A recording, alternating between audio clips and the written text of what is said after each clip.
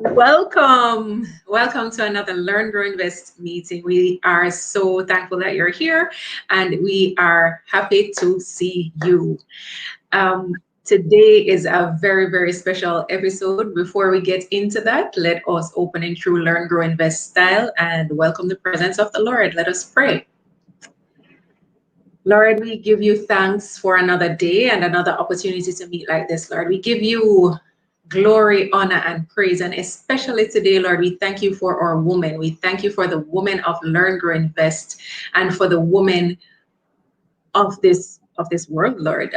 As you have created us uniquely and each with a special gifting, Lord. And we thank you for that. We thank you that there is a place for each and every one of us. So as we go into this discussion today, Lord, I pray for just an atmosphere of encouragement and upliftment, Lord God. I pray that as we speak and share, knowledge will be transferred, Lord God, and that your name will be glorified above all. So we give you thanks, we give you praise, and we commit this episode to you in Jesus' name. Amen. Amen. All right. So today we're talking about saving versus investing, right? Now, usually we have some men on our panel, usually. But as Monday, March 8th, will be Women's Day, International Women's Day, we thought that it would be fitting to have an all-woman panel today. Now, Lisa, I know you have some very strong thoughts about women in finance and the capability of women. So I'll give you a minute to share some of your thoughts on that before we welcome our panelists for today. Thank you so much, Renee. Hi, everybody. Welcome again, and thank you so much for being with us. I feel like I am responsible for this episode more so than anybody else because I'm very vocal about women not being heavily involved in the investment factor in their lives. They tend to leave it to their spouses, or they tend to not want to be as interested as you would say, let's say, the man. So I kind of, I guess, subliminally pushed for this episode, but given that March 8th is Women's Day, we're very excited to have some very strong, some very opinionated and some very capable investing women, but women who are also willing to teach other women what needs to be done, how to do it, how to go about it. So without further ado, ladies and gentlemen, please virtually give a round of applause for our panelists for tonight. All right. So first off, we have Miss Toni Spence. Hey, Toni. Hi, ladies. Good evening. So happy to be here. Awesome. It's great to have you back with us. Yes. All right. And yes. Next, we have Mrs. Roxanne Wizard. Back with us again. Hi, happy to be here. And for the first time with us today, we have Nikita Gibson, all the way from Barbados. Welcome, ladies. So to kick it off, I thought that it would be good for us to just let our audience know who we are, a little bit about who we are. So we'll do the introductions. I'll start. That's cool. I'll start. So I am Renee Mcdonald, co-founder of L.E.A.R.N, Grow, Invest. I consider myself a conservative investor. However, my husband says, no, you're not conservative. You are moderately aggressive. Because truth is, I am willing to take a risk on some, breaking things. But either way, that I'm in between those two. I'm coming from a place of being completely risk averse. So, I found that learning about investing, understanding a little bit more about the space and what it really is and how things work helped me to move from that risk averse place to a place where I'm willing to make some choices with our money.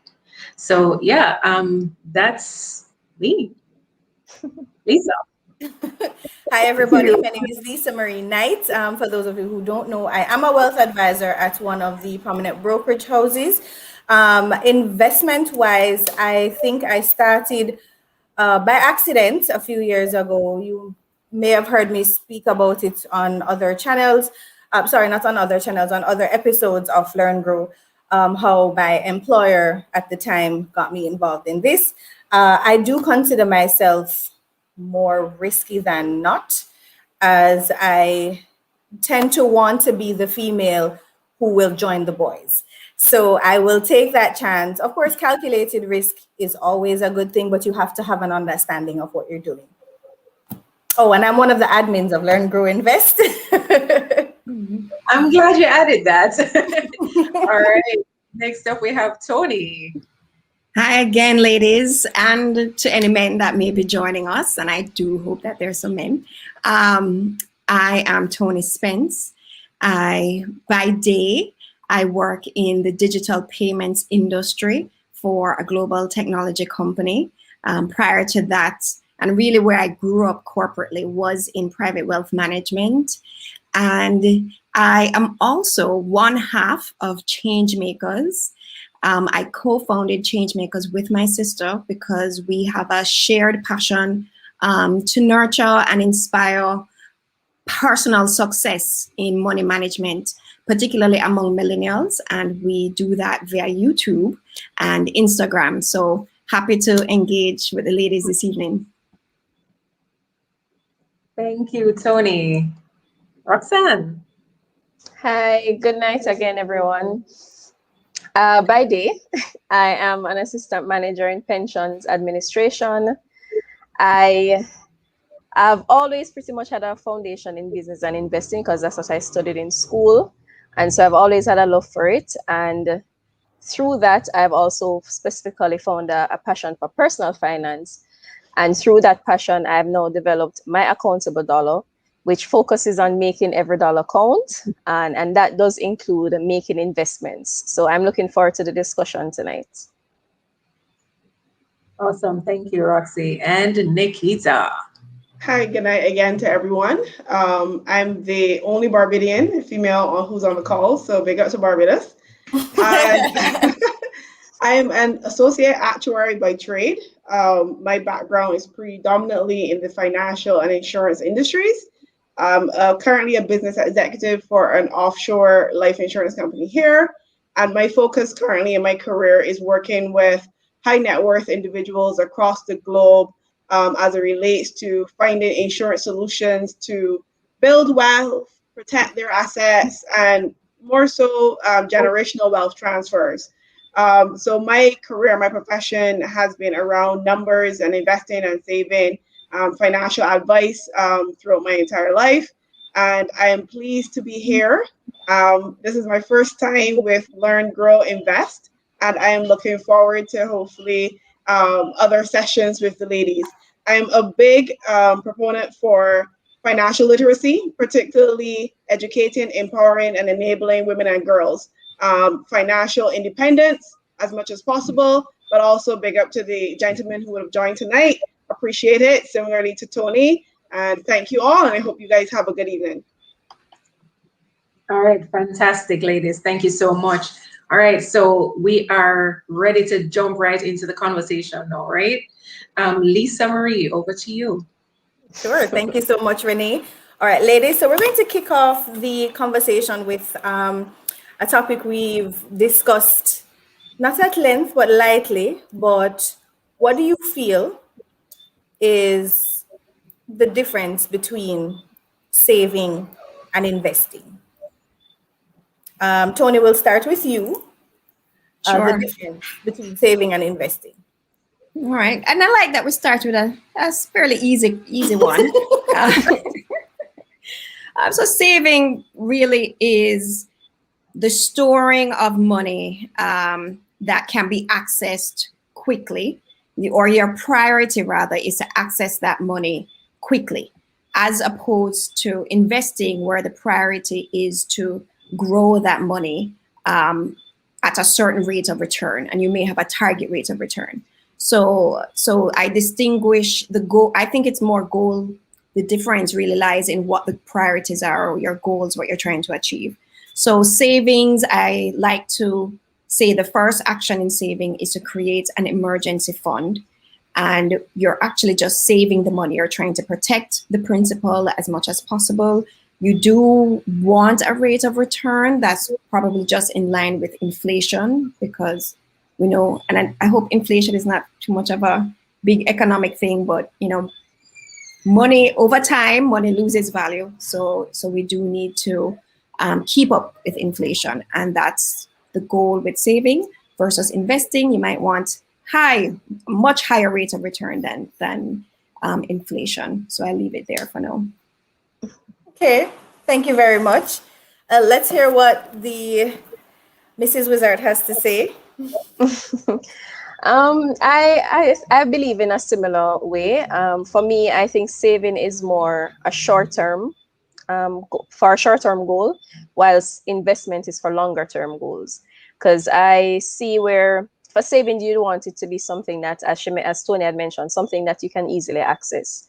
And it may be, for me, saving can be for something as simple as saving for our birthday or our Christmas coming up. For me, I would save towards that. Whereas, for example, if I wanted a car or a house, or to pay for school in a few years, or pay for my children's school, for example, that would be more, I would be more lean towards investing, because as Tony also mentioned, that's usually where you get a greater return. So that's my view, depending on the term for your goal. So you have anything you want to add? Sorry, over to me, Lisa. Sorry. You were stuck there for a minute on my screen, so I do apologize. I'm in agreement. If you wanted to add anything. Yeah, go ahead. Yeah, I'm in agreement with Tony's definition, in terms of saving being putting aside money versus investing is for earning. But I want to take that a little step further, because investing, they're basically subsets of each other. And, I know both ladies spoke about goals, and I think that is at the forefront of either saving or investing. Whether you're saving for a birthday or to travel, as Roxanne would have said, you could easily set aside money in something that's a low risk investment, or something that's less risky and definitely liquid, in order to combine both saving and investing to reach your ultimate goal. You can do the same thing either for short-term, intermediate, or long-term goals. So for me, saving and investing can be for all three periods, actually. So I think that depending on, and it has a lot to do with someone's risk appetite as well. If you are not really comfortable investing, you don't really want to invest to some degree, you might decide that you want to save for long-term goals. There are people who save for retirement versus those who actually invest for retirement. So for me, I think that there is a connection between the two, and they're basically subsets of each other. So you think saving is worth it? Why not just invest? Why bother to save? Well, I think that saving is worth it depending on what you're saving for. Roxanne gave some specific examples there, a birthday. Christmas is coming up. You might make your Christmas list early and decide, well, for all my gifts, I need $2,000 to buy everyone's gifts. I might not invest to get to that $2,000 goal. I might just set aside for it. But at the same time, saving has a lot to do with what your risk appetite is. If I'm risk averse, I might not be as open to investing in instruments or putting my money in mutual funds, even though those tend to be the lower risk side of things. There are people who genuinely are not interested in investing and just want to save. But I think there's a place for both. And really and truly, your savings is actually what you use, or part of it, to invest. So there is a connection there. Right. Fair enough. So I'll throw out an example to you, ladies. I have heard men say that they don't have an emergency fund. Their emergency fund is their savings. I've also heard women say that they do have savings, but their savings is an investment. when it comes to gender roles, I think personally there's a lot of emphasis on women who tend to budget more, women tend to want to save money more. And in my opinion, and this is my opinion, and nobody can quote, but in my opinion, women don't want to lose money. And as such, they tend to shy away from investment. And even if you say conservative, there's no such thing as risk-free. And because there's no such thing as risk-free, they don't want to see any kind of loss. Even if they're not making anything on it, they'd rather just not lose money. And that's a little bit of the basis of the conversation for tonight, because I want you to tell me how you can say, all right, ladies, here are the pros and cons of savings. Here are the pros and cons of investing. This is what you would do to get started. Yeah, I think. Sorry, Tony. Good. I'd like to chime in on that one. So I agree with what the ladies have said about saving versus investing. And I think that in terms of pros on the savings side, the biggest one and the most glaring one is the accessibility of the funds, right? And in the event of an emergency, now this has happened time and again in my life, where a family member has a medical emergency on the weekend or in the night, and we're not able to access any investment during that time. So we have to pull on our savings. We have to pull on our savings or on our credit card. And child, that credit card, we'd rather not get that maxed out, right? So we have to choose credit card or savings. And that has been able to help us pull through a lot of those situations where our family members needed to be treated, or even during that time, or even a situation as simple as you may have forgotten your card. Say for me, I usually shop with my credit card, right? If I have left my credit card at home and I'm at the grocery store at the cashier, what money am I going to use? I can take out my savings card to cover that bill if I need to, so there is value in having savings separate from the investing. That's my 2 cents.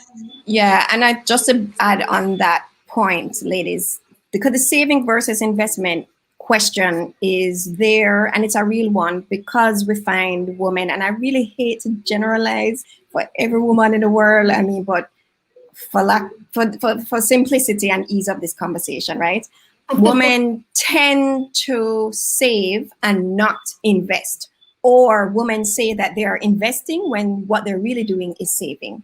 So it's good that we cleared up the definition in the beginning. But I don't think it's a either or. Nikita alluded to it. You have to do both.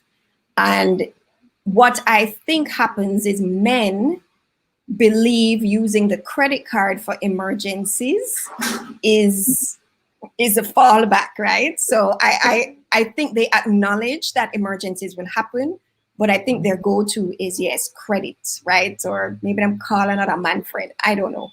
But I do think that the prudent and best practice, let's put it that way, the best practice in money management is to do both, is to start with your savings, to build and accumulate a certain level of savings. Because if your investments, fall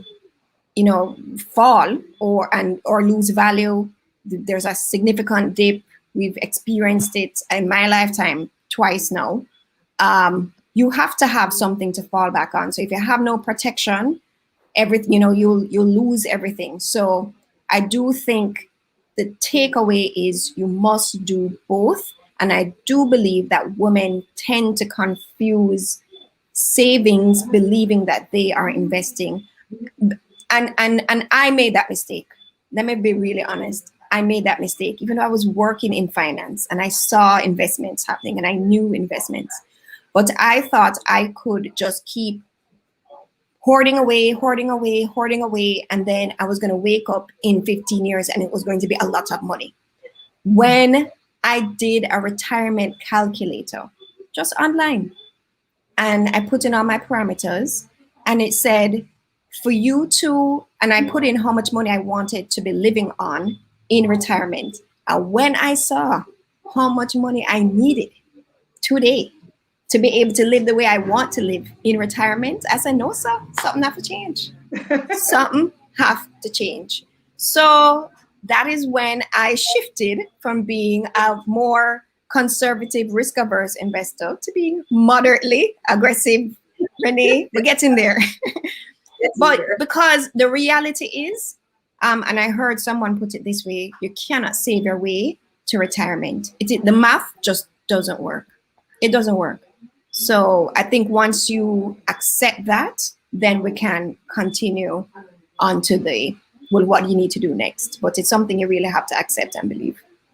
You know what I find funny about that statement, Tony? You cannot save your way to retirement because even the pension funds have to invest your money. Roxana, am I lying? No, you're entirely right, Lisa. Entirely right. That is how they earn. Because exactly.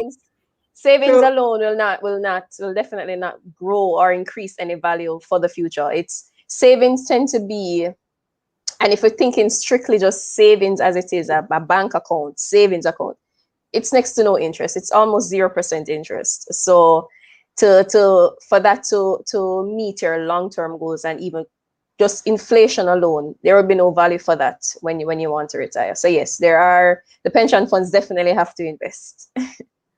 So Lisa, to your point earlier and to everything that Tony and Roxanne said, because I definitely applaud. I almost feel as though you guys don't need me here tonight because they have this covered.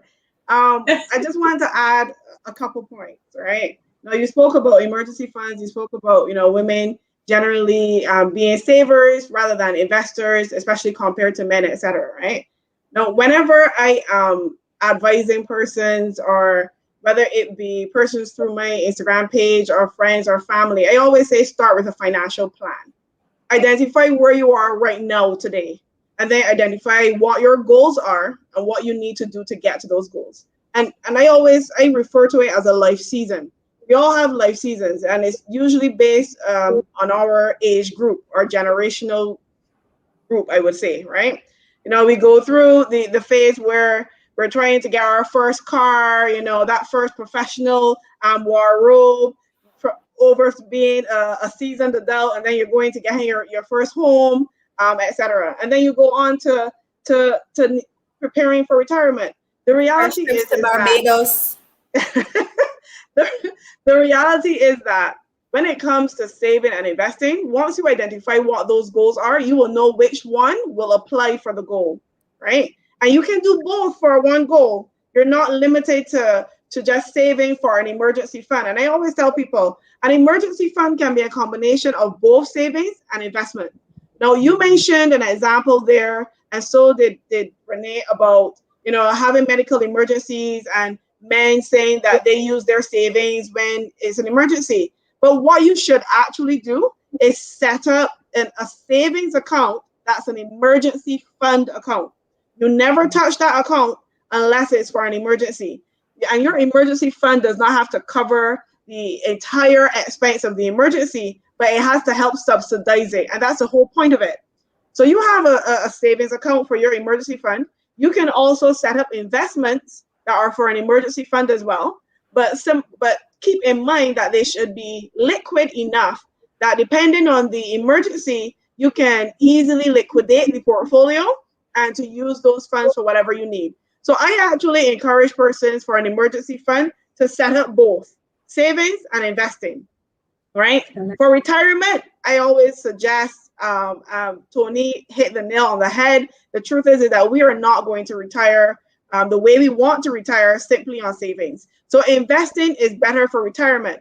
But given that you don't want the level of exposure or possible loss, because at the end of the day, investing is a risk. You can gain or you can lose, okay? So because you don't want necessarily to invest for your retirement in high risk instruments, you might choose something that's either moderate to low risk. And the reason for that is that if there is some loss, the likelihood of that loss would be a little bit lower than if it was a high risk instrument. And I always encourage persons to ensure that they have some kind of diversification when it comes to their risk profile. So, I think everyone started off by saying what type of investor they are. Most of us here are moderate to aggressive. The reality is although I am moderate to aggressive, my investment portfolio does contain some low risk investments just for diversification, just for security. And that's based on what those were for. So some of those low risks are particularly things that are for my retirement. I don't want to put my retirement savings in high risk and then something happens. And when I'm looking to retire, it's not there, it's not available, or it's not as much as I need at that point in time. So I try to balance that depending on the goal. So I always say, and I go back to this, set up a savings. You have a savings account in the bank or the credit union, that's fine. That savings account is savings for, you're putting it down if it's to travel, if it's to study, whatever the case may be. But that is separate and distinct from your emergency fund. Okay, your emergency fund is not your savings. Your emergency fund is a type of savings that you have set aside. Well, just for clarification, because I have a question here. Someone is asking, how much do you need to have as savings? And somebody else said, I believe 1 year. So personally, I think it should be your emergency fund should cover at least 1 year of all your expenses. So rent, light, water, groceries. Yeah, man, Roxanne. That's a very conservative. Oh, well, yes, I said at least 1 year. It is very conservative. I recommend at least 6 months. I say 3 to 6 months. 3 to 6. I go for 6, and I thought I was being conservative, Lisa. But don't get me wrong, 1 year is great. But I'm also mindful of the fact that I always tell people what you're saving is not actually 6 months of expenses. Try to aim for 6 months of your gross salary, right? And set that aside for your emergency fund. So the emergency fund, a savings, and then investing, because that is how I do it. I have an emergency fund, which is a fund I don't touch, something that I don't touch, and then I have a savings, which is, towards my other goals, and then, my day-to-day, my necessary, in case my puppy have an emergency. Dog, mom. And then I hear you. Mine was in the back about to bark. And then I have my different investment types of portfolios and so on. So I have an interesting question for you ladies. Now, Nikita, I don't know what it's like in Barbados, but Jamaica has the women in Jamaica have very different types of mentalities, and like Tony says, it's not one size fits all. You tend to have some people who are very investment minded, some people who are more savings minded. But if you ask a Jamaican man, they will say all women love money. They will tell you all women love money. Asian men will say the same, but just maybe in a different context. So there are similarities in the culture. But if you know how much a Bridget sandals cost, you know that the Jamaican women, they will say Jamaican women love money, and they like to spend money, and they especially like to spend man money. So do we think that women spend more time wanting other people to pay for our expenditures? Because I know that we have women who are, we're independent women, we go spend our own money, so on and so forth. I feel like the married women should talk first on this topic. But, I don't think women spend more than men. And this was a conversation we were having in the group one day where men are saying that women love to spend. We like to spend on shoes. We like to spend. Like one man was like, why do you have 10 pairs of shoes? And I'm like, dog, because we have 10 outfits. But I want to hear what you guys have to say on the topic, because I do think that there are lots of women in Jamaica very vocal on, yes, my man need to spend money upon me and so on and so forth. And I'm just like, so what you do with your money? Do you have your money? Do you invest your money? So you called on the married woman to speak first. Yes. So I'll share my thoughts on that. I do not have that perspective. Disclaimer is that for my husband and I, we manage our money together. So we pool our funds. It's not considered separate money. So whatever I spend is mine as much as it is his. And so it's not for him to spend on me or me to spend on him, but we are spending together. So we budget together and we keep each other accountable to that budget each month. If I'm going over, I have responsibilities. We have very clear responsibilities. What I am responsible to make sure is done, and he has what he has responsible. He has his responsibilities as well. So we keep each other accountable to that. If I'm going over, he will, tap me and say, are you keeping track? This is where we are. And likewise, if I see the same thing happening on his side. So that is how we manage it in our household. And we believe that that's a solid way as a married couple to manage the funds, because we are coming from a place where we had that my money, your money kind of situation. And it caused a lot of tension and a lot of unnecessary stress in our relationship. So and that was simply because there was this air of who is earning more money, and if you're earning more, then you should take the bigger bills, and if it's my money, so I should buy whatever I feel like buying, and you can't tell me how to spend my money, kind of thing. And so it became very contentious and unnecessary in a marriage. So from the marital perspective, I believe that it should be a joint venture between husband and wife, not separated in terms of my money, your money, and therefore the spending would be joint and in agreement. Okay. Okay. Not much different on my side. I will say though, before I was married, I was not of the mindset that man need to spend money on me, because I also heard that, for me, it was more of, I don't want anybody to say they bought me something or think they have rights to take it back. So I can tell you. exactly. So I think I've always had that.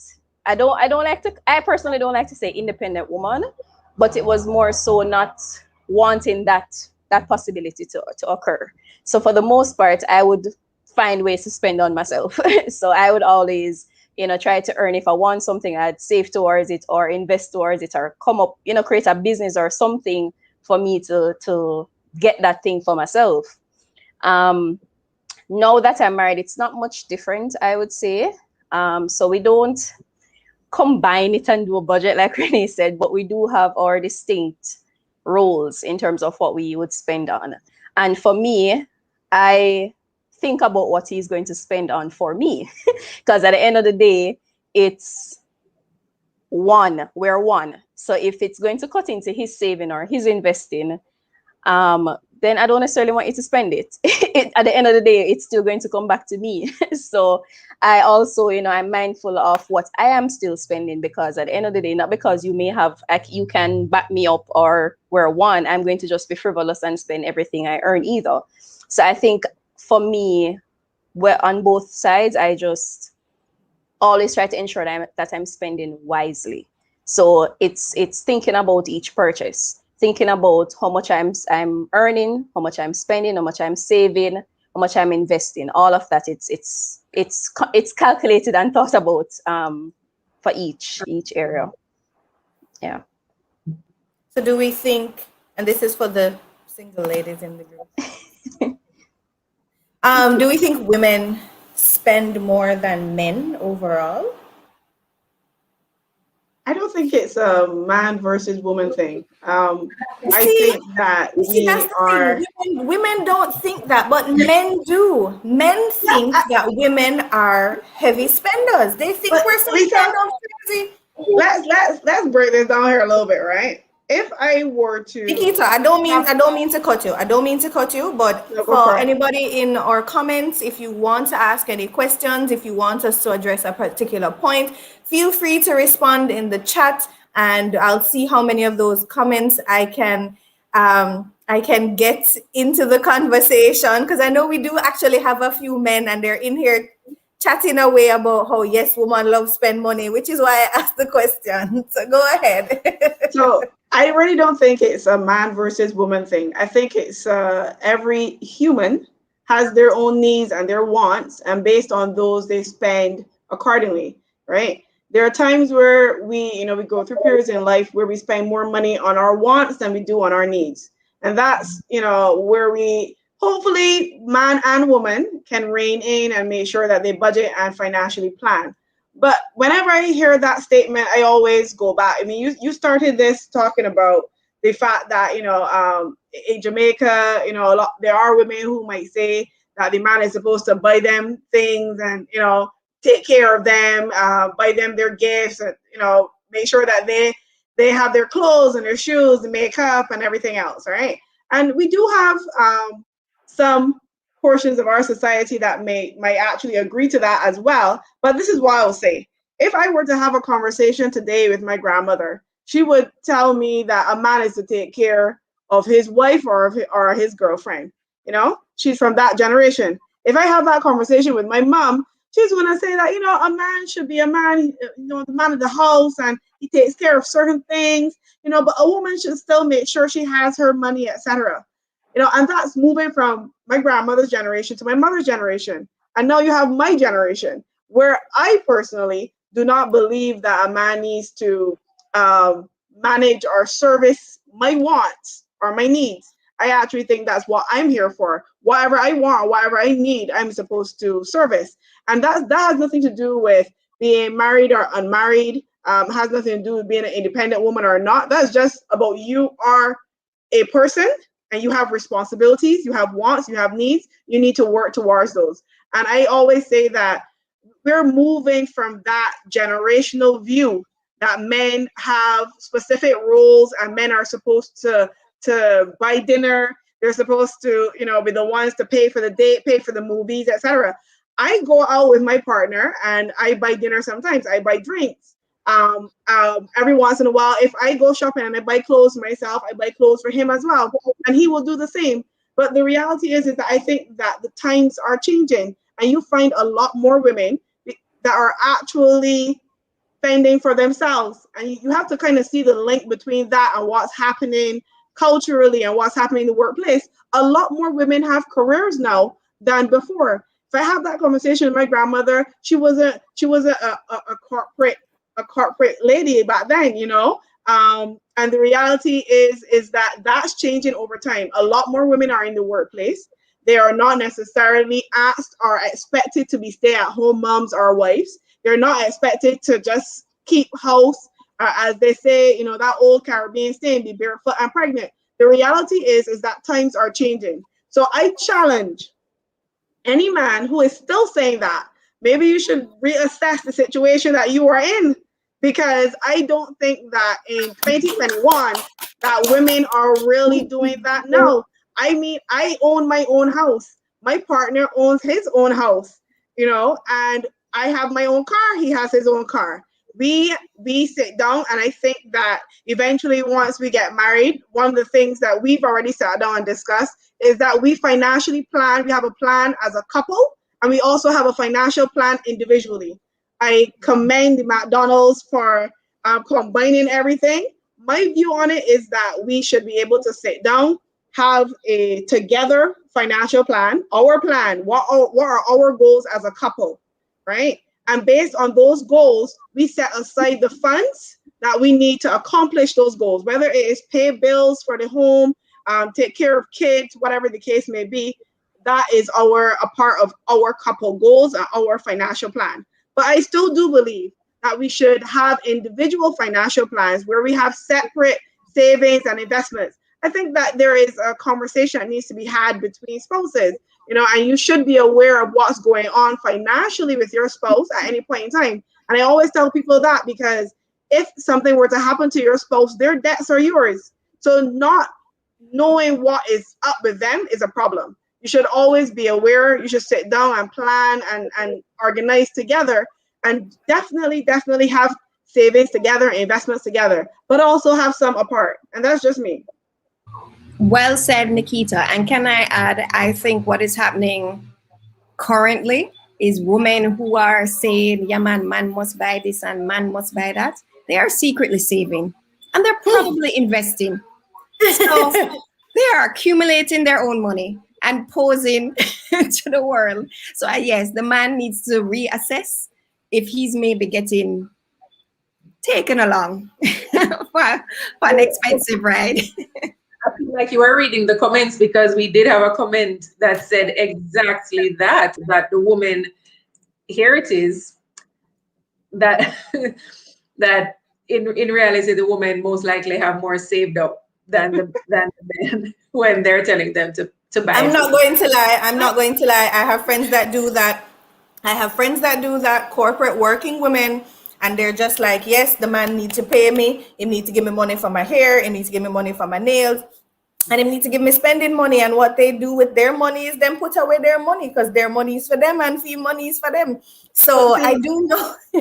Lisa, that's that grandmother mindset. That's that grandmother generational mindset. They haven't come forward to the 21st century as far as I'm concerned.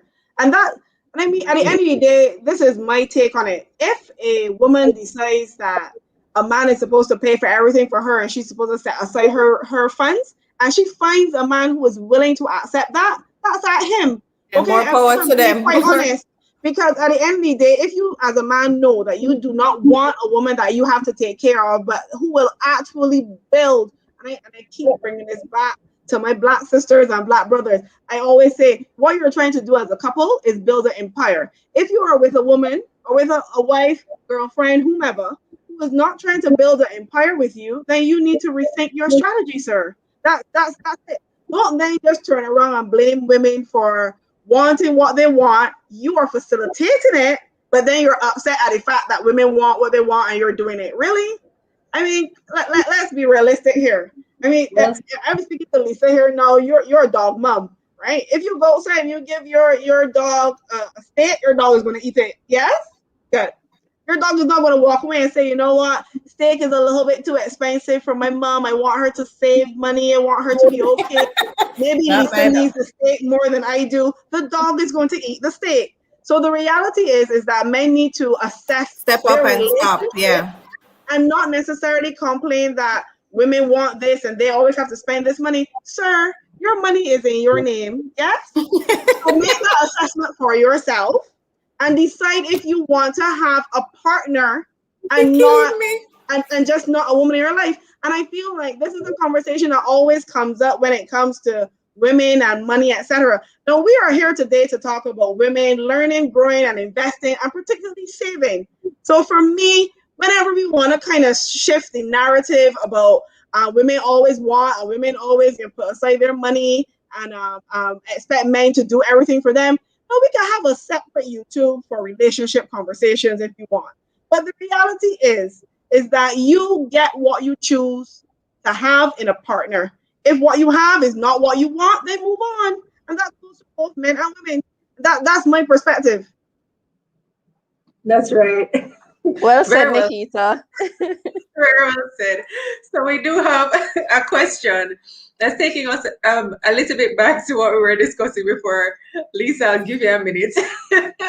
So Claudette is asking, for someone who does not have the wherewithal to have all the instruments in place, you know, to have the emergency fund separate from regular savings, separate from the investment, where would you recommend that they start? How do you recommend that they start to put that together? I think Nikita, you were talking on that point. So Claudette, to your point, I always say work within your means. You know what you can afford, and everybody's situation is going to be different, right? Now, when I talk about having an emergency fund, savings, and investing, that is not saying, here's a myth that people think, that you can only save, have an emergency fund, or invest if you have thousands of dollars. That's a myth. That's not true. You can literally open a savings account and maybe put $20 in it if that's what you can afford for the month. Regardless of how small that amount is, it's an amount that you add to one of those three things, right? Here in Barbados, for example, I'm not sure how it is in Jamaica. You can set up a retirement fund at one of the brokers here, and the minimum you can put in a month is $100. Now, ideally, you know that $100 a month, in your 20s or in your 30s is not going to get you where you want to be for your investment for retirement, but it is a start. So I always tell people, just start, no matter how small it is. Still separate them. You don't need to have thousands on top of thousands. But one good instrument as well that I always encourage people to have is life insurance. And I know culturally within the region, a lot of people are against having life insurance. They think of it as you pay money, you pay, you don't get anything, and then you leave your money for somebody else, right?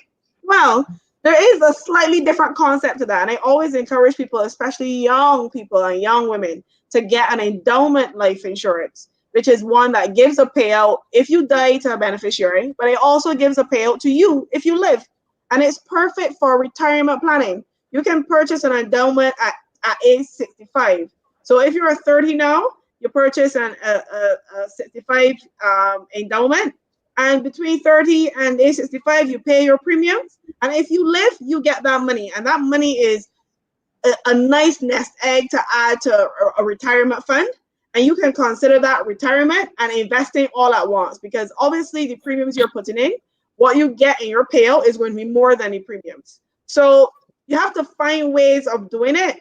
And I always say, live within your means, save within your means, invest within your means. And one last thing, whenever people are investing, I always tell them, invest an amount of money that is not that you don't have a problem losing some or losing all, because investing is a risk.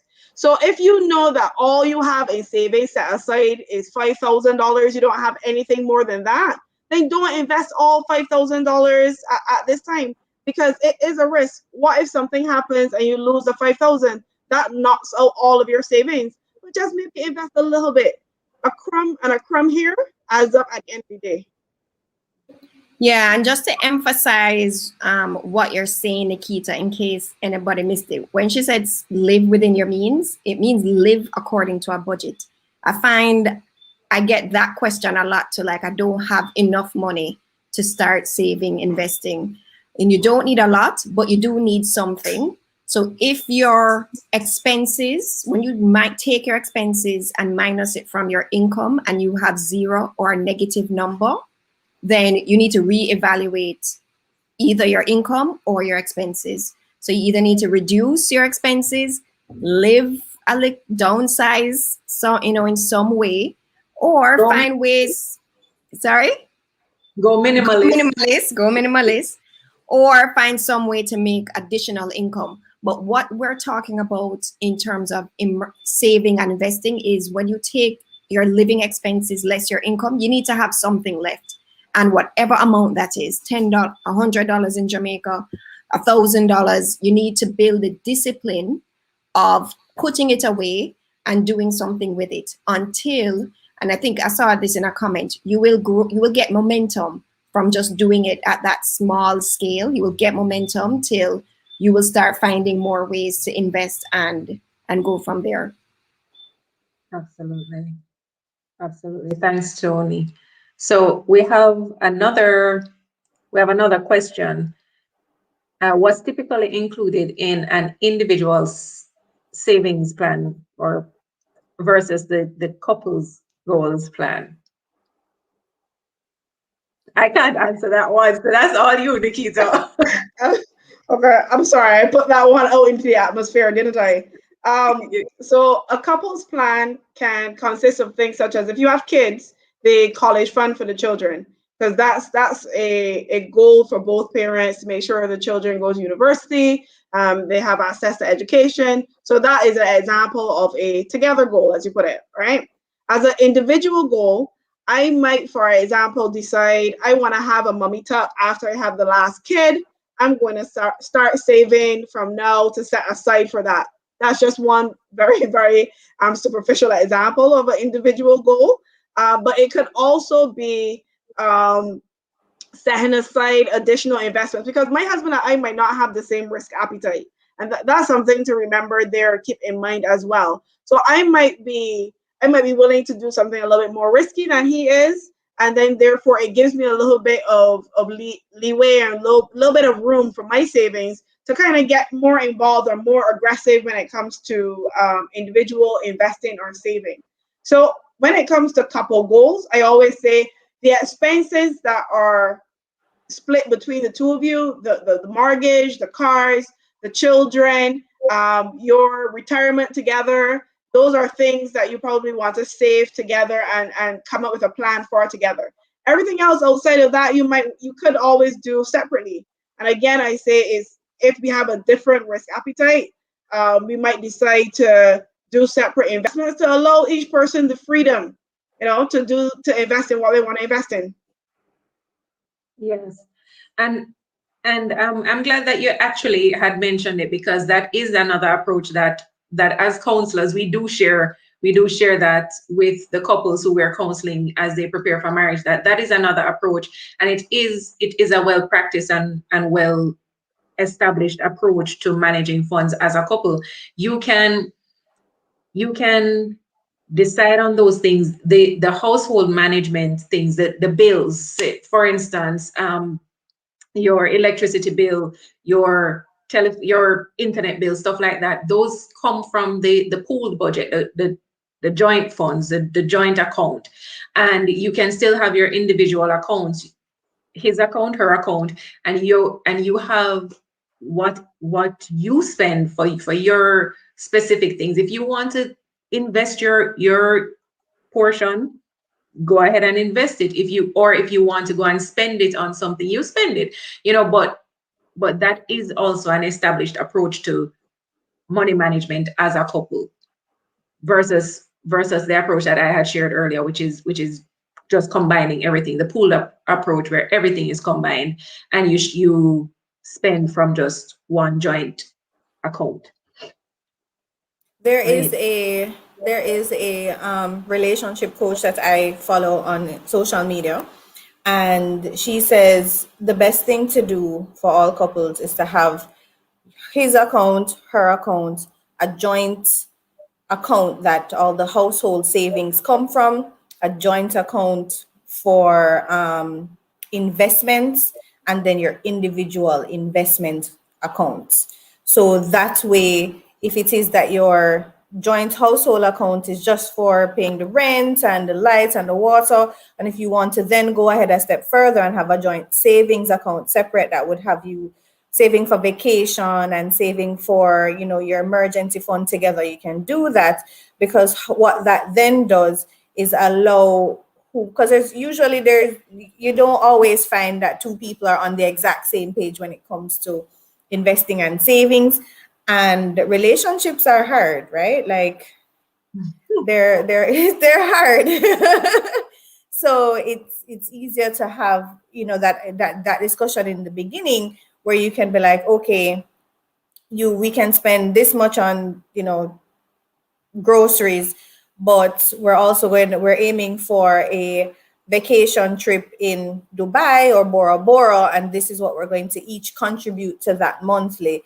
So we can still see that we have a few things together, but also to have things individually. I mean, there's a gentleman that I met, and he says, my wife is my life and anything that I own belongs to her.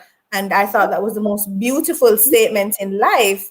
But, sir, you're not one of these young boys out here nowadays. So I can't necessarily say that whomever it is that my future husband, knock on wood, he may not have that outlook for that type of thing, for that type of saving versus investing situation. So I thought that was good advice from the coach to have them individually. Claudette says, Claudette's question actually rolls into my next question, which she says, what do I say to my girlfriends who are heavily indebted in some cases, cannot service their debt? How do you come back from that? Roxanne, I think we should start with you. Okay. I think the first step would be to stop taking on additional debt. So you recognize that you are now in debt and you're unable to service it. You just stop. If it's probably to even just stop spending, just stop spending and take a good look at where you're at right now.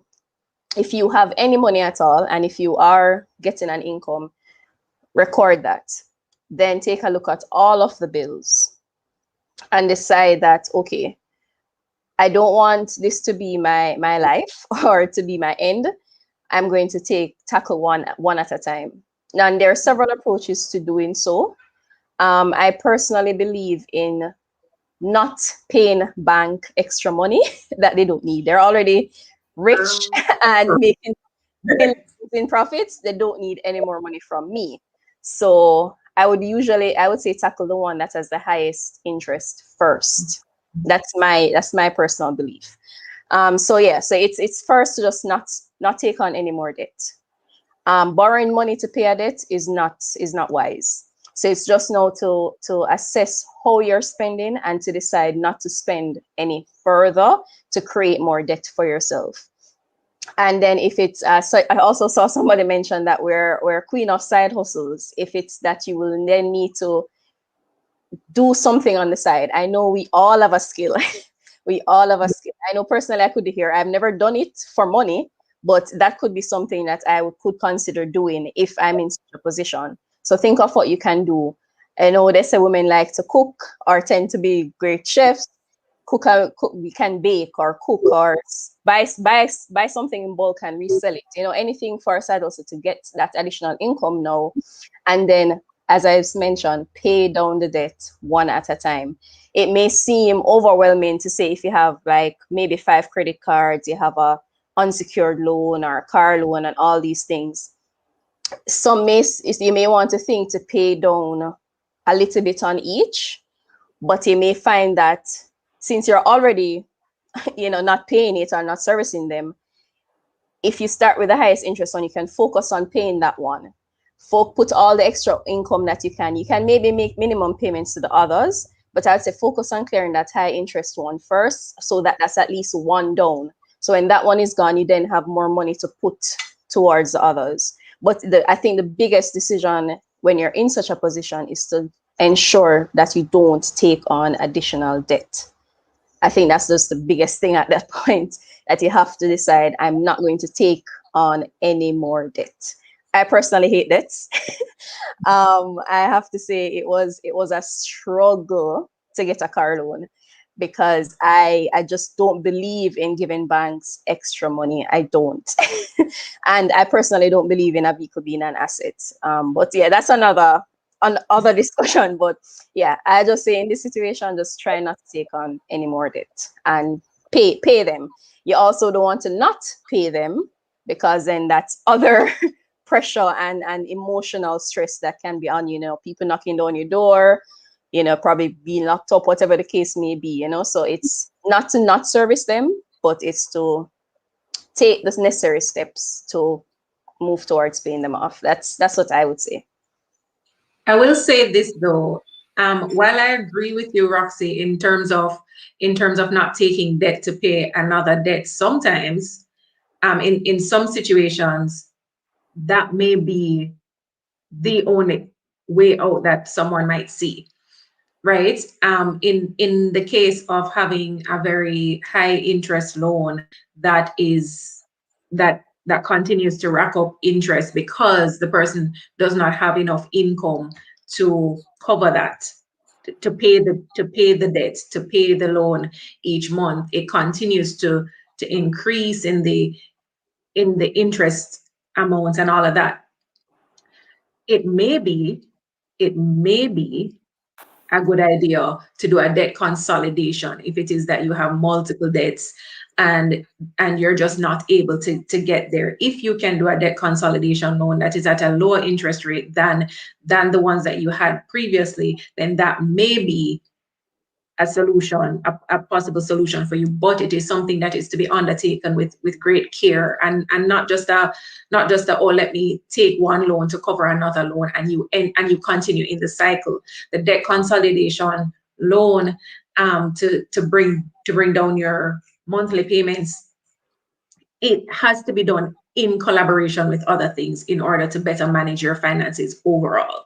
So I would just add that to what you just said. And ladies, I couldn't let this topic go by without saying it's about your mindset. Why are you in? How did you get yourself into debt in the first place? Because even if you employ the best debt management strategies, if you haven't fixed that root problem, you're going to end up there just in no time. So really, what were you doing? What were you trying to achieve? What was your mindset to even take on willingly a debt that you couldn't service? No, I'm not talking about cases where people unexpectedly fell into hard times, right? Loss of jobs, illness, things like that. But we know, and let's be honest, there is a strong consumerism culture in the Western Hemisphere, and it is slowly creeping into the Caribbean. It is terrible in North America, and it is slowly creeping into the Caribbean, where we're taking out loans to attend parties. These things have to stop. And now we come on these calls and we call, trying to figure out, how do I manage debt? We need to talk about how we invest, right? Let's stop talking about how we manage debt and let's talk about how we invest.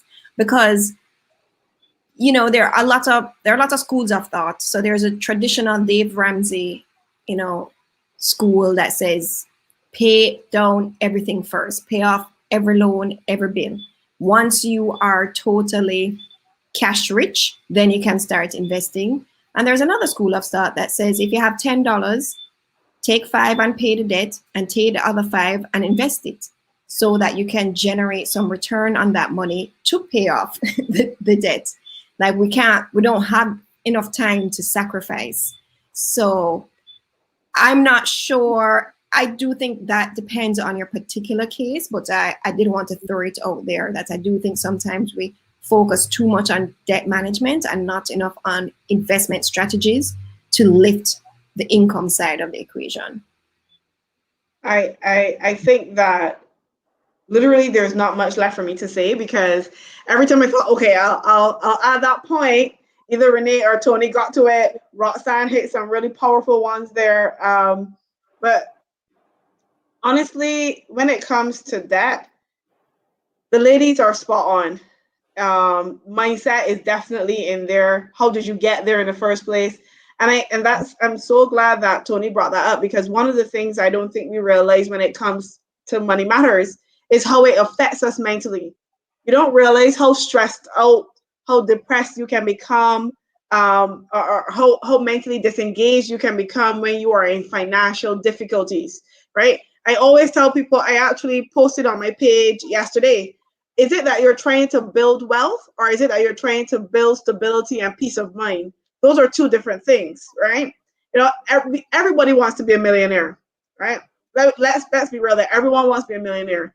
We're not going to become millionaires from just our salaries. That's the first thing. So then the next thing we need to do is to build that peace of mind. I can speak for me here when I say that I am an emotional shopper. If I have a really bad day, I might have a glass of Hennessy or a beer or two, and I definitely might go look at a pair of shoes. I'm not gonna lie. I am an emotional shopper.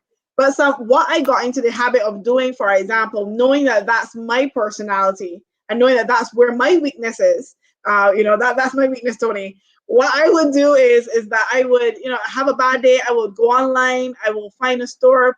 I will drop 1 or 2 pairs in there, but I never buy it on that day. I always leave it for a few days in the cart.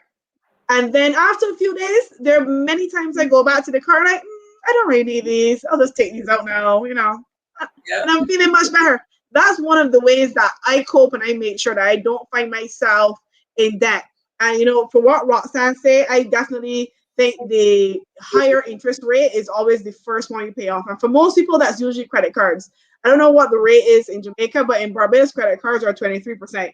You really can't get any higher than that for interest rate. So I always tell people, pay off the credit card first and then attack anything else after. And when it comes to paying debts and being heavily indebted, to you, Claudette, this is what you need to tell your friends. Tell your friends, stop. Take a breath. Assess their situation. Assess their income. Assess their current expenses. And a lot of things that we as women don't realize that we can actually do. I tell people your expenses come in 3 categories. You either have fixed expenses, variable expenses, or discretionary expenses. Discretionary expenses are the ones that we need to either reduce or cut out completely. We were, when myself and these 4 fabulous ladies met up this week, we were talking about hair and nails and lashes. And I was telling them, well, given that Barbados has been under curfew and locked down on and off, I haven't had my lashes done in months. And, I'm pretty sure you guys can probably pick up that I really don't have any lashes at the moment. But, that's one thing. And I'm actually thinking that after the lockdown, that maybe, just maybe, that's one expense I won't bother to take on. It's something that I want. I like it. It makes me feel good. But I don't need it. I can do without it. Same thing for my nails. So I'm making a decision about my discretionary expenses, assessing those first, identifying what I can reduce, what I can take out completely. And then based on that, how much disposable income do I then have available to pay off these debts? I always tell people though, whether you are indebted or not, always find a balance. It is a mental strain when you overextend yourself with saving or paying debts. And there is such a thing, right? When you overextend yourself, you decide, you're eating ramen and sardines and tuna every night, and just so you can save or just so you can pay off debts. And I mean, sometimes we do adjust. You're not going to have steak and caviar, right? But that doesn't mean that you still shouldn't live. And Tony, I don't know if you have spent time in Barbados. One of the things that I absolutely hate about here is the fact that whenever it's Christmas, whenever it's crop over, whenever it is some summer occasion, the banks and financial institutions always put out their loan fares for Christmas gifts. If I ain't got the money, I ain't buying a gift. It's simple, right? If I ain't got the money, I ain't traveling either. Simple. If I don't have any money to buy a costume, I am not buying a costume. I am 33 years old and I have never jumped for crop over. Why? Did I have the money? Yes, I did. But I opted not to jump because at the time when I figured that I was either getting my home or I was doing something else that was a greater or bigger goal than jumping for crop over. Have I still enjoyed myself at the parties? Of course. I've had fun too. But at the end of the day, we have to prioritize. And I stress it, do not borrow money for partying. Do not borrow money to travel. Do not borrow money to buy Christmas gifts. People, listen, buy a pack of cards. I buy a pack of cards every year. They're the same cards. I sign my name, happy holidays, and I give them to.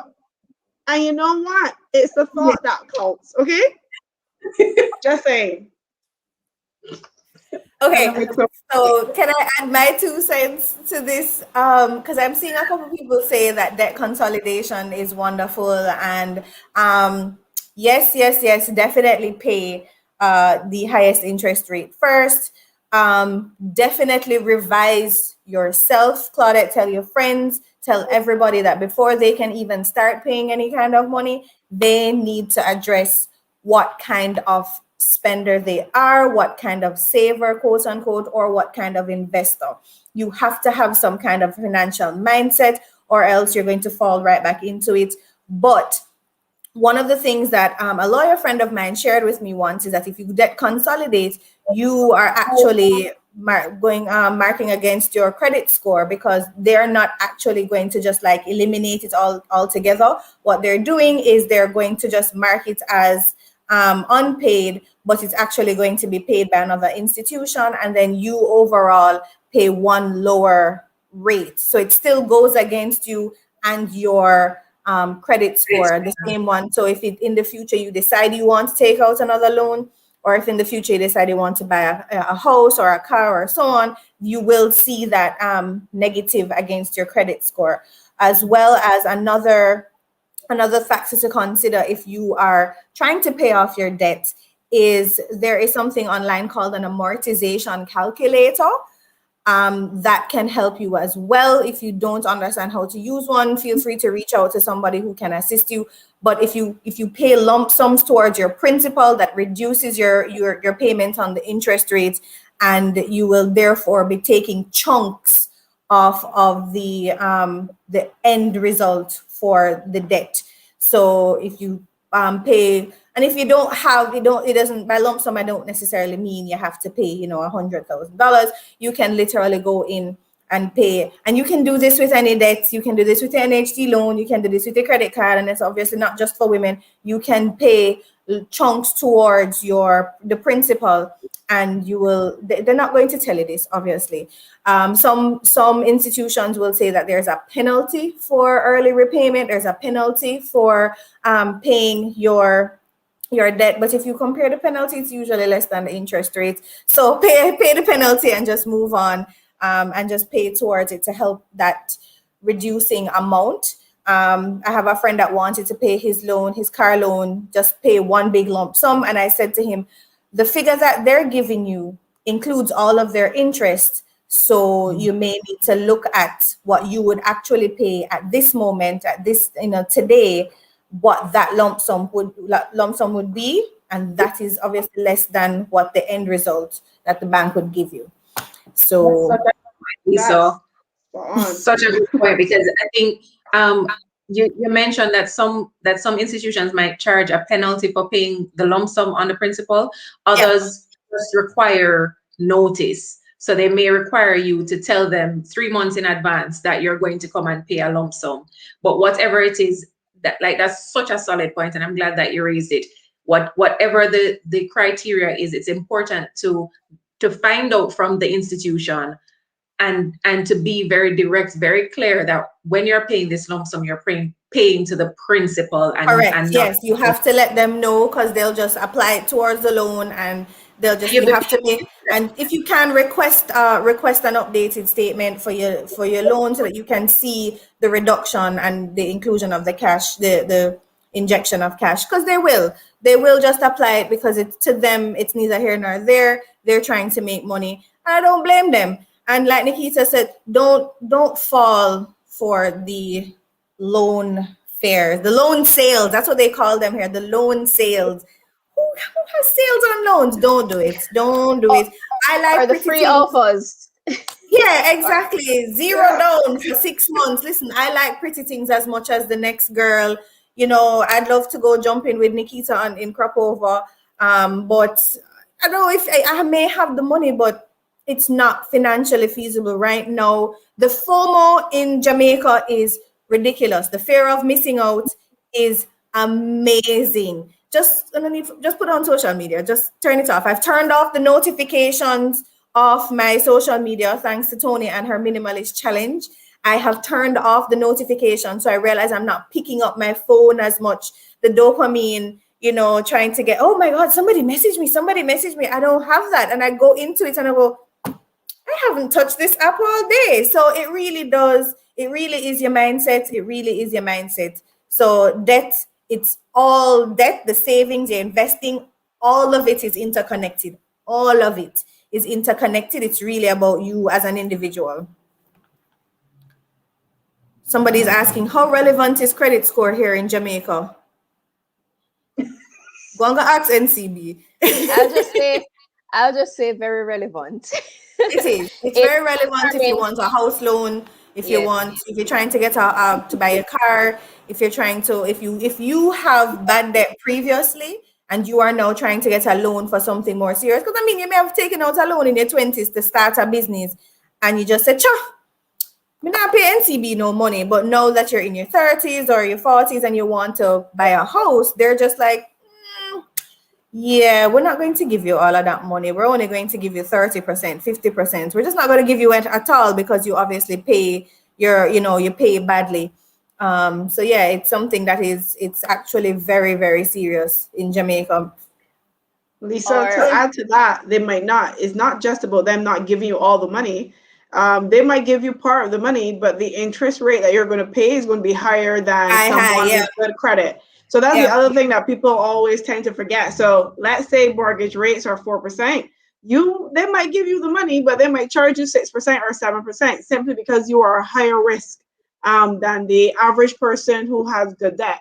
So that's one of the other things to always take into consideration. It's not just that they might say no, you might actually be paying more or higher than you would need to if you had had good debt. We don't have credit scoring in Barbados, but we do have, well, I should say it's something that I know has been in the works for some time. But all of our financial institutions do speak to each other, and they have ways of checking in on your debts and what your relationships have been with other financial institutions.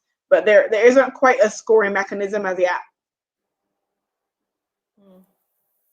So one of the reasons I had said that Claudette's question was on the tail of something that we had discussed was women having conversations with other women. We need to be able to empower each other as women and come up with ways to help each other out. I like that she asked for her girlfriends, people that, because she's obviously having these conversations with her girlfriends. I don't have a lot of girlfriends that I can have these conversations with. So more power to you, Claudette, for having these conversations with your girlfriends. But I think the women who do invest and women who are in investing and women who have a voice definitely need to be able to empower other women, not just in our country, but clearly all over the Caribbean. I've been to Barbados. It's an absolutely beautiful island. And I think we do have a Bajan community here, the different UEs all over the Caribbean. But how do we start the empowerment process of other women? Well, I would say I think we need to be vulnerable in our small circles. So share, like bring it up. I put it on the table. I say, this is what I've been doing. Here's what I've been learning. What do you think? Have you done it before? I just stimulate a conversation, but at this point, it has to be very intentional because it is not an organic part of our everyday conversations. So I'm praying that in my circle, it eventually will be.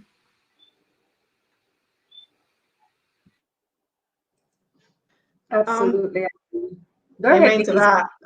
I definitely agree with Tony there, but I think that, and this isn't even just a woman's problem, but if we're going to deal with women, the first thing we need to address is changing the culture. I challenged a couple girlfriends recently on this. A male friend of ours actually brought up the concept that girls are socialized differently to men, or rather to boys. Boys are raised to not cry and be tough and be protectors and caregivers. Well, take care of the home, the family kind of thing. Women are raised to be caregivers, and every little girl has somehow, whether it's from watching all the Disney princess movies to our parents believing in that fairy tale life at some point in time in our journey, right? We were socialized to be caregivers and to be homemakers and to be mothers and to be wives, etc. To be those things, there's a little bit of competition going on there, right? The reality is that there are more women than there are men. That's the first thing. So if you're conditioned to already be in competition with each other, you will find that it's harder for women to open up. I mean, when we really think about it, the first thing most women tell you is they don't have many female friends. We'll take Lisa for example. I don't have many female friends either, a very small subset. Or the women will tell you, I get along better with men. I hang with the boys. A lot of women have the same rhetoric. Why is that? It's even stepping away from the whole saving investment uh, arena. It's just on the whole, women And I would say that I know women have made this statement. It's almost universal at this point. Women are women's worst enemy. And if we don't change that culture, how we are socialized, then we can't really empower women with the knowledge, first of all, that they need to save and invest, and then definitely give them the tools necessary to enable them as well. At the end of the day, I don't know if you guys have a similar saying in Jamaica, but in Barbados, one thing the old people say is that you can carry a cow to the water, but you can't make you drink. You can't force you to drink.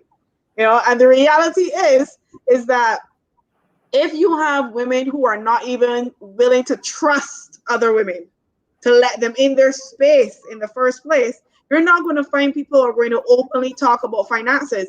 It's it's one of those things where, and this is another generational problem. I always tell people, my mother never gave me the set stock, right? Her mother never gave her the set stock. I intend on giving my children the set stock.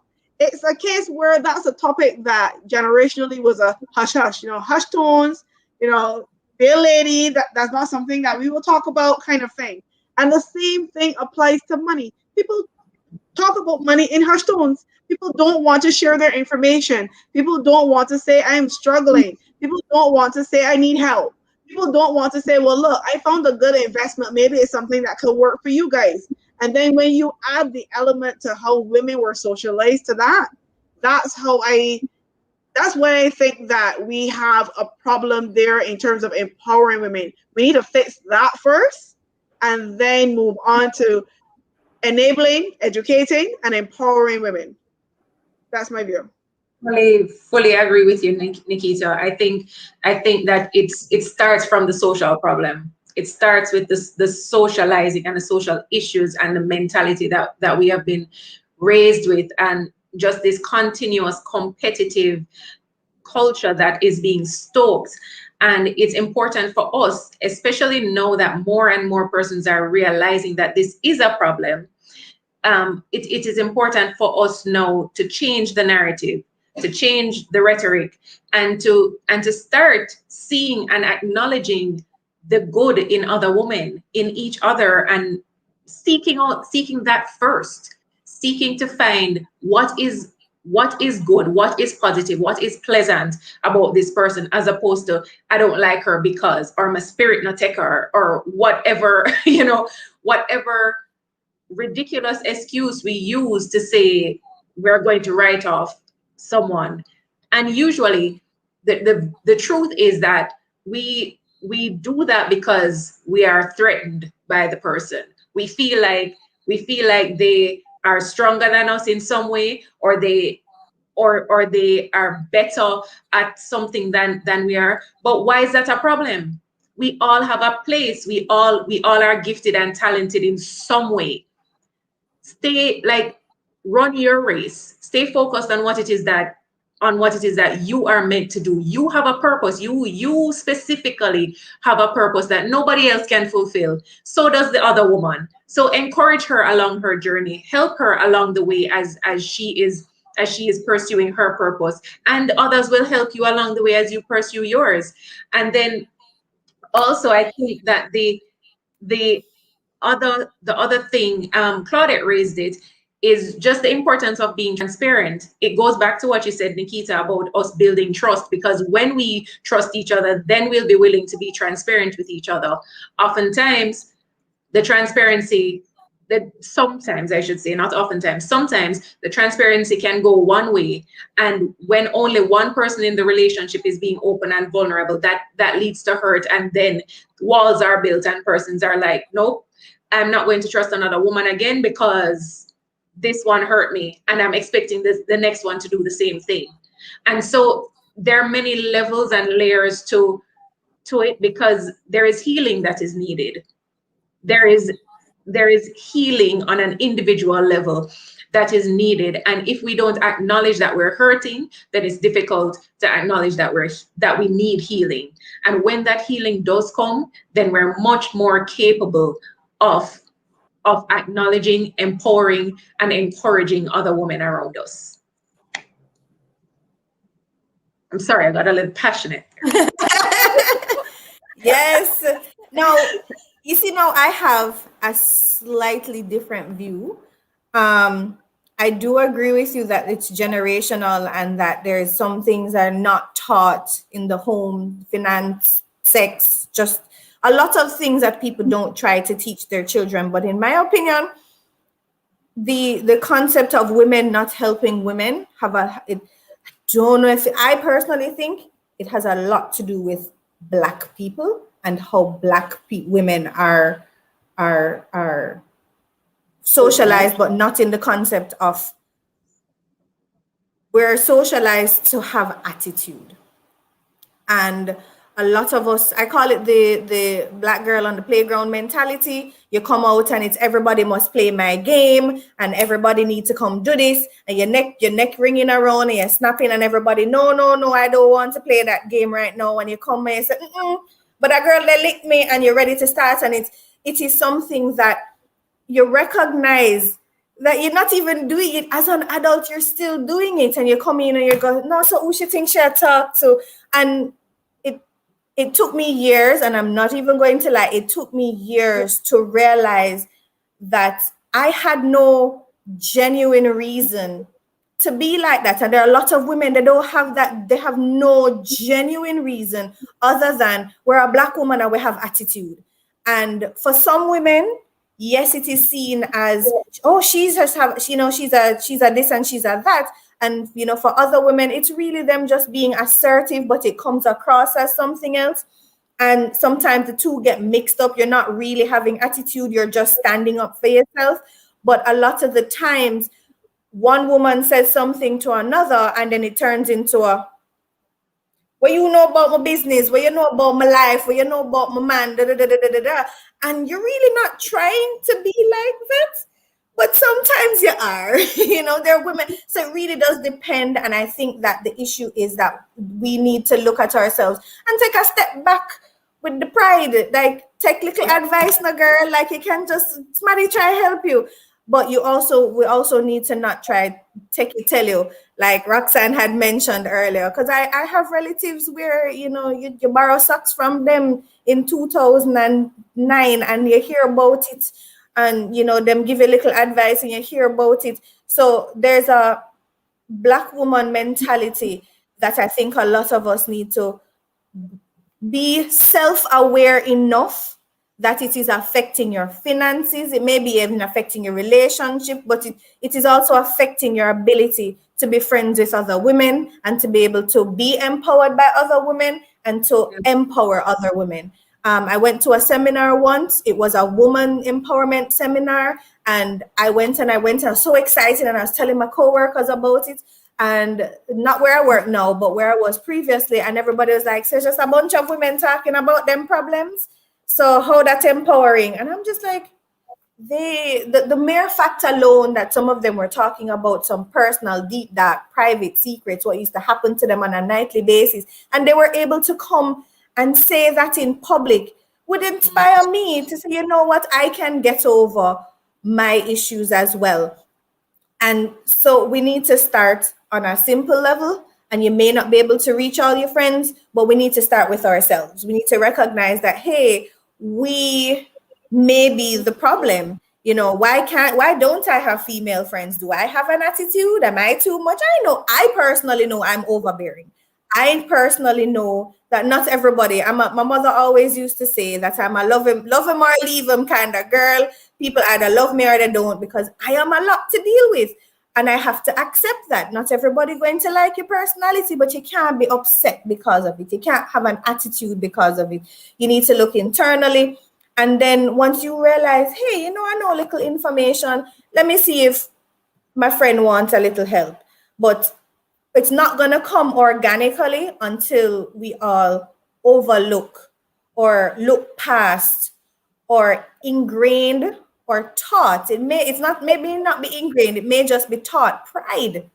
It may just be pride that you get from your mama. I get mine from my father. My mother is a very sweet lady, but I get mine from my father. And it's true. My father don't want to hear nobody come talk to him about him finances. Him know what him doing. Did not know a thing. Did not know a thing. But you just sometimes you really have to recognize that if you don't know what you're doing, you need help. But your pride may be what is stopping you from reaching out for help. Lisa, I have a question for you. You mentioned being assertive, an assertive woman, and sometimes that could be what stops us or blocks us from making friends with other women, etc., and empowering them and lifting them up. I have a challenge there because I agree with you, but I also disagree with you. In that, my question then becomes: can you not be an assertive woman? Can you not be a confident woman? Can you not be what we have been coined throughout history as the angry Black woman, and just be someone No, who knows what they want? I did say that some people may misconstrue Okay, good. I assertion just for want to make attitude. sure. They may misconstrue. No, and it's a serious thing. You may misconstrue assertion for attitude. And some All right. people, they don't even bother try to know the difference. They just understand that as a Black woman, you have that, and whatever that is, they don't want to have anything to do with it.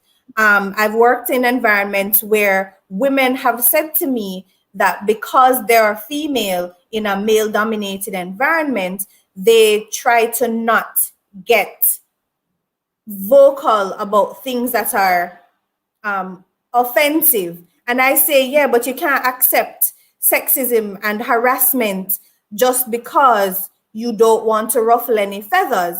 And you now have to recognize the main difference between assertion and aggression, or assertion and attitude, is what is it that you're getting upset about? Is it that you're upset, or is it that you're trying to make a point? I'm not upset. I'm not upset. But if you look at my face and my hands are failing, you're just thinking, Lord, Lisa, calm down. No, I'm not upset. This is how I talk. It's a stay. I'm very passionate when I'm expressing myself, and it may come across as me being this, that, or the other thing. But fortunately for me, I have enough guys around me that I understand how to gauge myself for somebody who does not know me. And I don't know if a lot of women can do that, where you can have that, camaraderie to the point where you can say how you feel without people mistaking your assertion. Of course, you need to assert yourself. You definitely need to put your foot down when certain things aren't being said, or if you're being overlooked or being spoken over because you're mansplaining and all of those lovely things.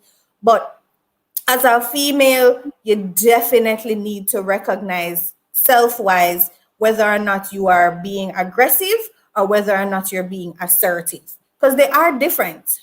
They are different. And as a woman who has been labeled so many things, your journey towards life, love, finances are all interlinked. All of it. I totally agree with so much of what you said, Lisa Marie, and it's such an important topic about women supported women. While I've had many, many positive experiences with women in my career, I have had too many negative experiences, unfortunately.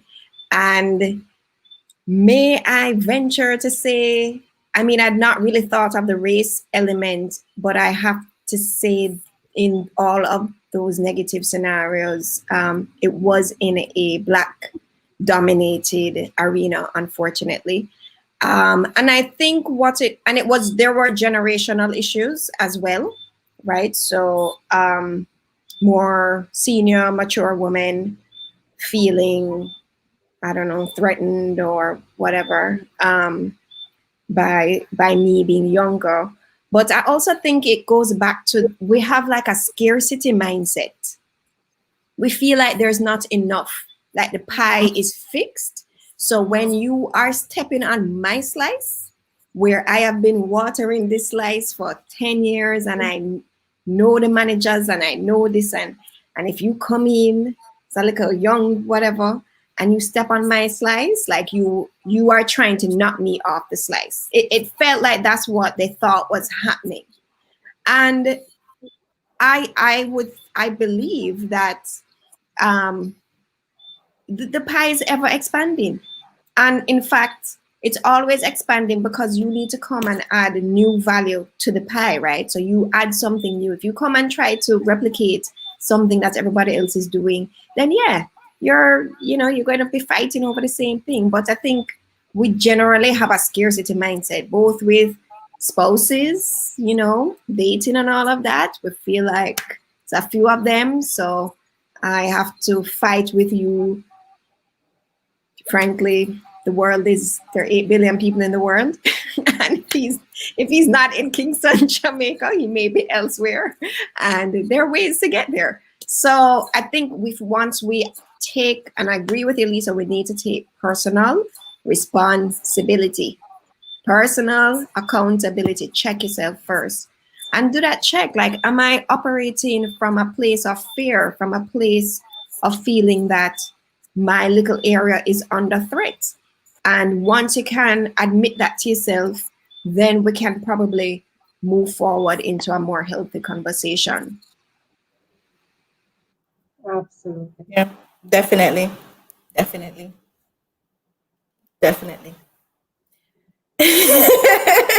Nikita, I feel like a couple of people in the comment section, they're trying to kidnap you for Jamaica.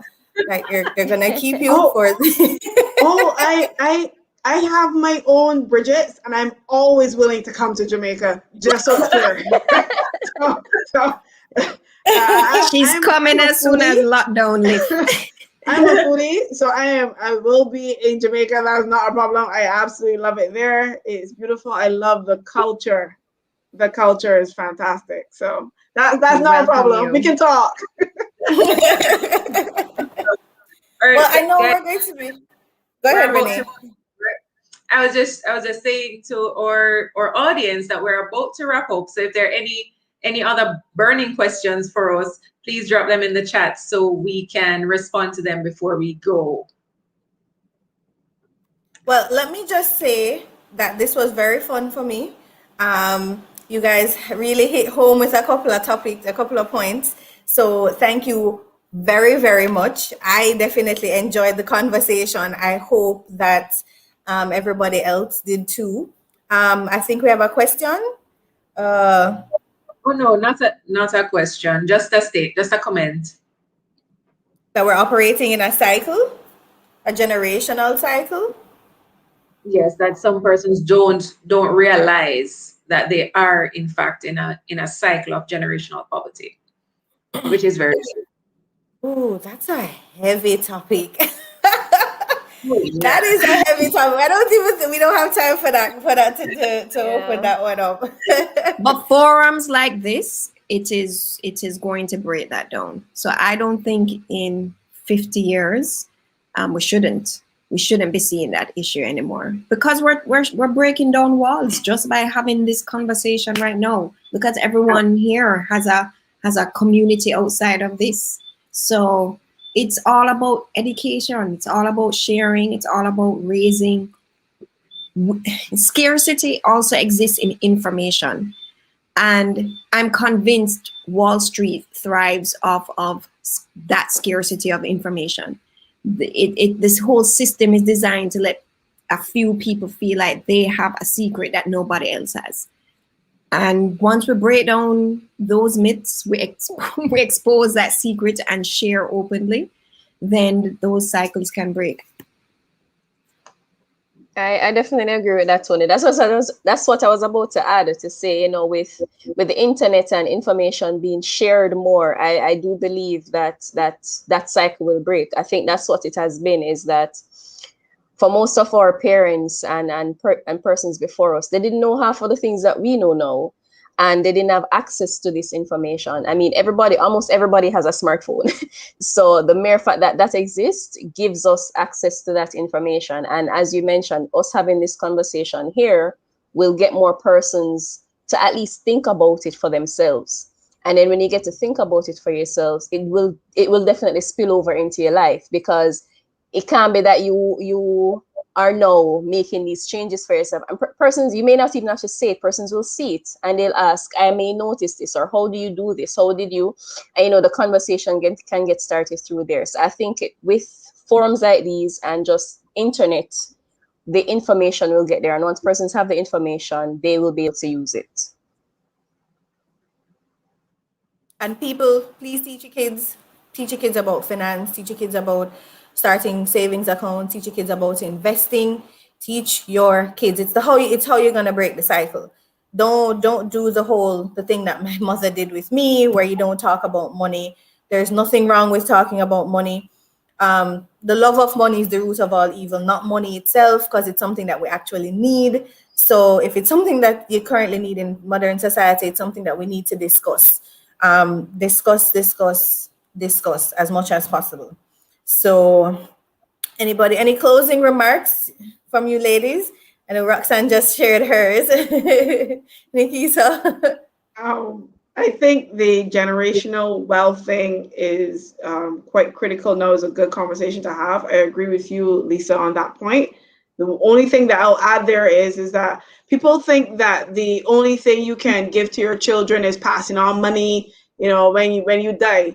One of the things that we can really give our kids is allowing them to be able to start debt free. That's something that a lot of us didn't have, whether it be university fees or some other thing that we had to pay for because our parents couldn't afford at the time or couldn't help us out the way we might have needed. One thing you can do is not always about just passing on money and passing on a house or property. I mean, those things are great. And if you can do it, then fabulous. If you can't, for the very least, give them some financial literacy and start them off debt-free in life. Okay? That's my thing. And remember, women, we are to empower and uplift one another. There is nothing like a queen. Okay? At the end of the day, there's nothing like a queen. I've met these 4 fabulous ladies, and you probably wouldn't even guess, just this week. And and this is the second time I'm actually seeing their faces and interacting with them like this. And for us to even come together in this type of platform in order to share our insights, share our personal experiences, and to give advice says that there's so much that we can do for each other. Something as simple as being kind to another woman, and that's stretching even beyond, financial advice. I saw a lady recently, and this is before lockdown where we could all dress up. I saw her, I was staring at her, and I guess she probably got that vibe that Lisa was talking about earlier, why is she looking at me so? But what I did was I walked up to her and I said, sis, you look very beautiful today. And sometimes that's all it takes. That's all it takes. Empower each other and then go forward. So I hope that everyone was able to learn something and take something back from this about saving and investing and financial literacy and building wealth and building peace of mind.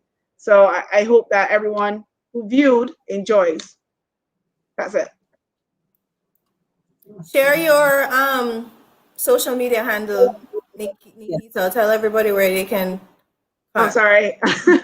So they can find me at mytwocents.bb. So mytwocents.bb. mytwocents.bb. On what Okay. platform? Oh, sorry, on Instagram. Okay, awesome. As for me, I had such an awesome time with you ladies in this discussion. I just want to charge our audience to take the time, one, to assess your financial situation. Take it seriously. Where it is that you can save and invest, do so. Take the tips that we have shared with you today and put them into action. Don't just hear it, but do it. See what applies to you. Assess what your risk appetite is, how it is that you can invest. We have tons of videos on the channel now that you can access for more information, for more insight and more guidance on assessing your personal situation. So take the time to invest in your financial stability. And sometimes that a part of that is learning, hence the name of our club, right? Learn, grow, and invest. So take the time to invest in you in this way. And as we approach Women's Day on Monday, for sure, also take the time to assess yourself. Are you being one of those persons who are you hurting other persons because you are hurting? You know, is there something within you that needs to be healed for you to be able to embrace and encourage and empower another woman? There's nothing wrong with encouraging other women. It does not mean that there's any less on this earth for you, because there's a path and there's a purpose specifically for you. You just need to find it and walk on it.